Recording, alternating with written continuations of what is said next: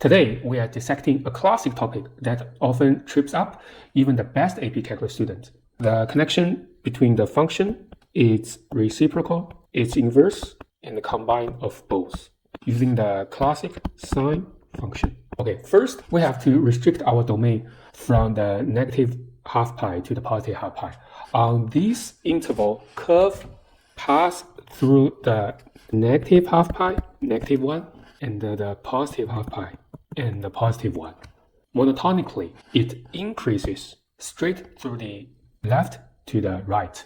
We look at 1 divided by sine x. Because we are dividing by sine, whenever sine x is equal to 0, we got a vertical asymptote. As x moves through 0 to the half pi, the function value drops from infinite to 1. The same thing, as x moves through 0 to negative half pi, the function value rises from negative 1 to the negative infinity.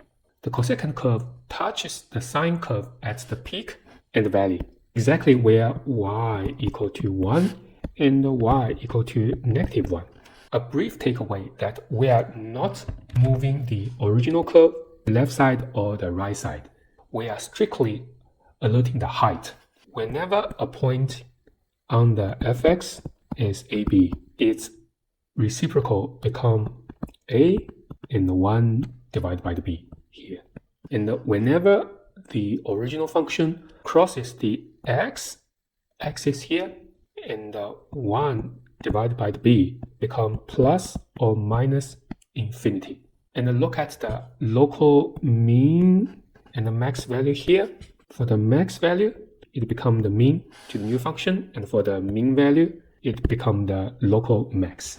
Then let's look at another case, y equal to arcsine x. As explained in the other video, that the inverse function would swap xy to yx. The reason is pretty straightforward, that we have a fx, we get an x as input, we get an y as output. So for the inverse function, we take the y as input, and we get x. That's why the inverse function would flip across y equal to x. Then let's look at the last one, 1 divided by arcsine x. Again, it's the same because arcsine x 0 at this point here is equal to 0. Then the reciprocal function become a vertical at x equal to 1 and the half pi, it become 1 and the 1 divided by the half pi. It's negative 1 and the negative half pi, it become negative 1 and the 1 divided by the half pi. To wrap this up, whenever you are staring down this complex function transformation exam, keep this mental model handy. That for the original function fx, the reciprocal 1 divided by the fx change the height. It turns Tower Mountain into a deep valley and the sea level into an infinite abyss. The inverse function changes the perspective, so it would flip around y equal to x.